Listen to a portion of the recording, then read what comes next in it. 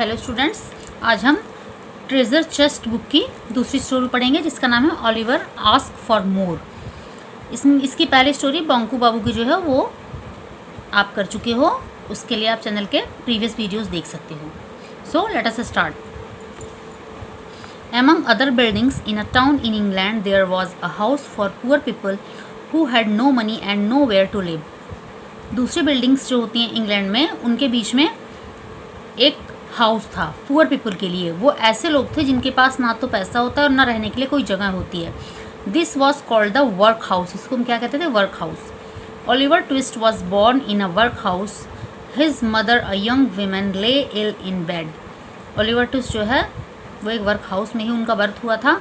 उनकी मदर एक young women थी जो बेड पे लेटी हुई है। A doctor and an old women stood by her side. She lifted her head from the pillow. एक डॉक्टर और एक ओल्ड लेडी उनके साथ बैठे हुए हैं। उन्होंने अपना सिर उठाया पिलो से। Let me see the child and die, she sad.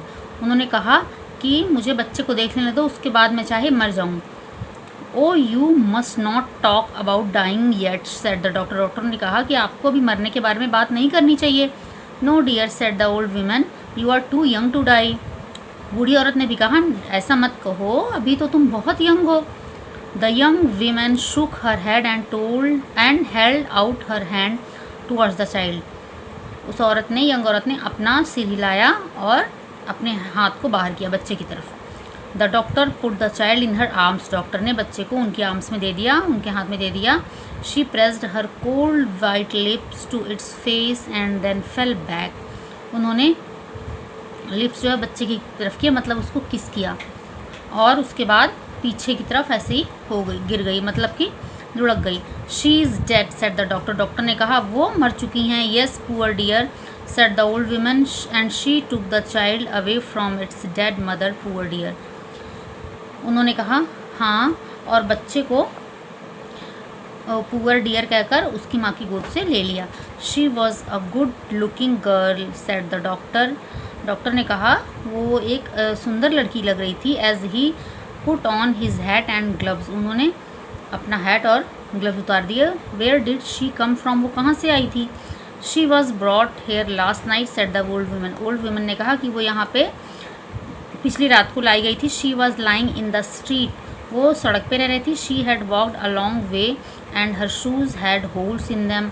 उसके शूज़ में बहुत सारे होल्स थे, वो बहुत ही लंबी दूरी तय करके आई थी। Nobody knows where she came from और where she was going to.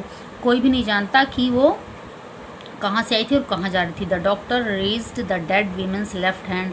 Doctor ने उस मरी हुई औरत का बायां हाथ उठाया। The usual story, he said, I see that she has no ring on her finger, she was not married, good night. उन्होंने कहा वही पुरानी स्टोरी है कि उस लड़की की शादी नहीं हुई थी, और क्योंकि उसके हाथ पे कोई रिंग नहीं थी इसलिए उन्होंने कहा, और क्यों उसकी शादी नहीं हुई थी तो उसका बच्चा होने वाला था, इसीलिए जो है वो ऐसे ही सड़कों पे इधर उधर घूम रही थी। गुड नाइट कहकर वो चले गए। He went home to his dinner, अपने घर चले गए डिनर के लिए। The old woman sat down on a chair in front of the fire and began to dress the baby.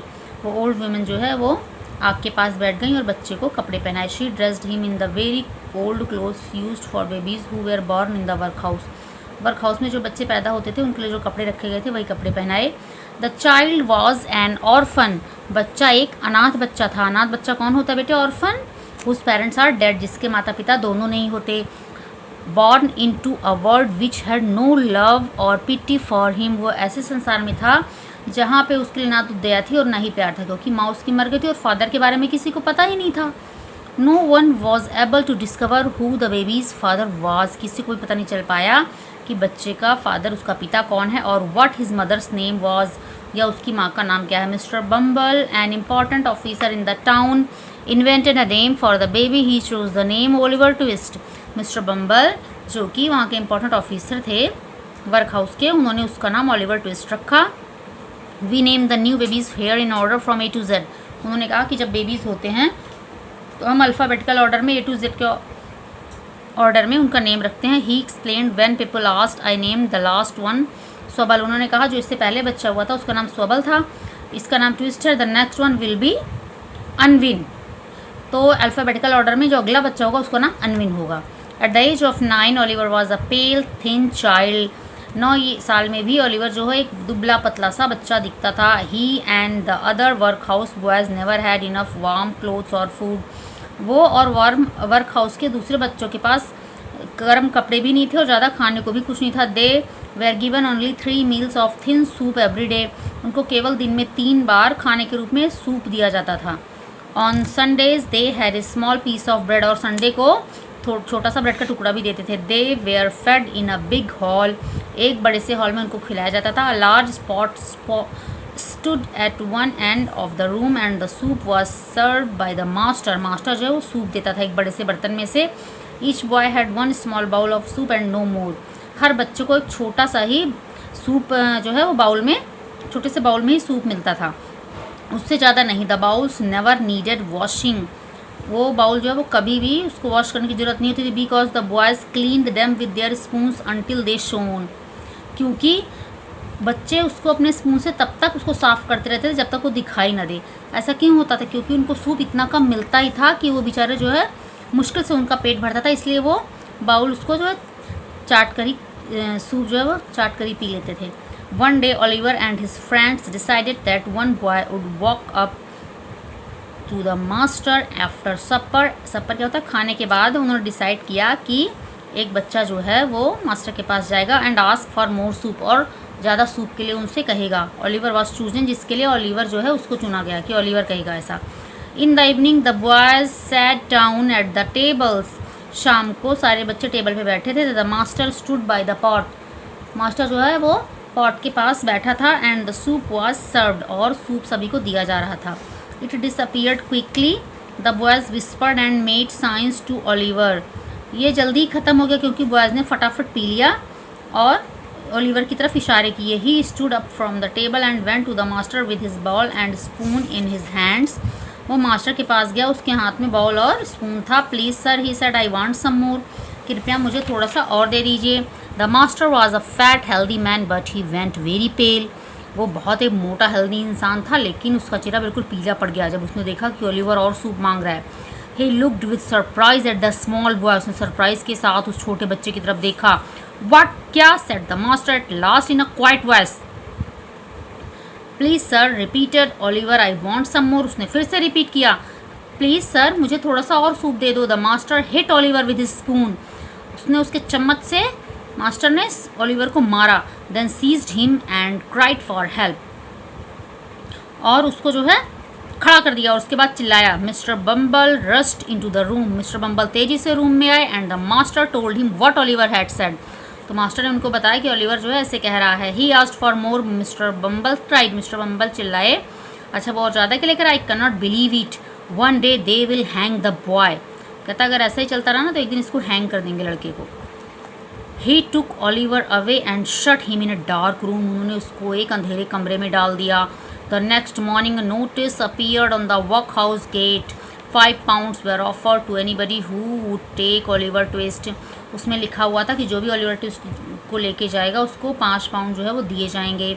Oliver was a prisoner in that cold dark room for a whole week. उसको पूरे हफ्ते उसमें रखा गया, उस room में जहाँ बिल्कुल अंधेरा रहता था और ठंड रहती थी। Every morning he was taken outside to wash.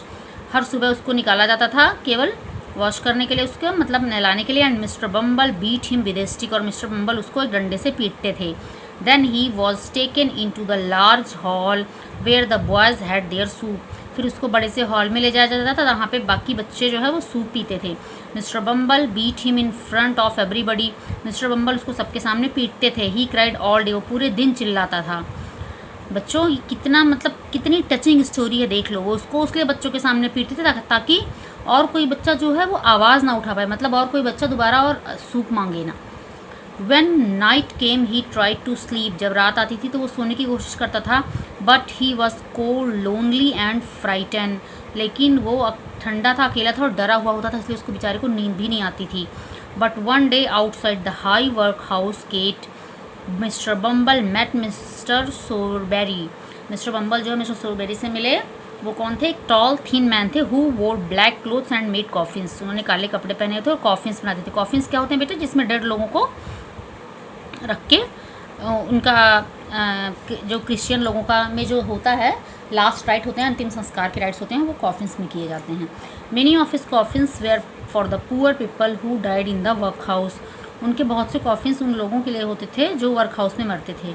I have prepared the coffins for the 2 women who died last night, he said to mister Bumble. उन्होंने मिस्टर बम्बल से कहा कि मैंने वो दोनों कॉफिन तैयार कर लिए हैं जो 2 औरतें पिछली रात में मरी थी। Good said mister Bumble. Mister Bumble ने कहा ठीक है, you will be rich one day mister Sowerberry. उन्होंने कहा मिस्टर सॉवेरी आप एक दिन रिच बन जाओगे। Do you know anybody who wants a boy. क्या आप जानते हो किसी ऐसे इंसान को जो एक बच्चे को चाहता हो, लड़के को। एंड 5 पाउंड्स, और उसके साथ उसको 5 पाउंड्स भी मिलेंगे। ही रेज्ड हिज स्टिक। उन्होंने अपनी स्टिक उठा दी। इसका क्या मतलब था कि वो खुद चाहते थे उस बच्चे को। And pointed to the notice on the gate, और उस गेट के नोटिस की तरफ इशारा किया जिस पे लिखा था कि जो वो ओलिवर ट्विस्ट को लेके जाएगा उसको 5 पाउंड्स भी मिलेंगे बच्चे के साथ। तो वो उसको लेके गए और उसकी ब्रिंगिंग उन्होंने ही की। ये स्टोरी तो यहीं पे हो रही है बट मैं आपको बता रही हूँ। और उसके बाद ओलिवर ट्विस्ट जो है वो एक बहुत अच्छे राइटर बने, और उन्होंने जो ये वर्क हाउसेस में जो ये बच्चों के ऊपर होते थे ना सारा कुछ, कि उनको अच्छे से खाना नहीं मिलता था, उनको अच्छे से रहने देते थे, वो सारे उन्होंने उसके ऊपर जो है वो अपनी राइटिंग के थ्रू अपनी वॉइस रेस की। ठीक है बेटा। तो अब ट्रेजर चेस्ट का मैंने एक और इसकी स्टोरी जो है वो एंड कर दी है। अगले वीडियो में मैं इसकी एक नई स्टोरी लेकर आऊँगी। थैंक्स।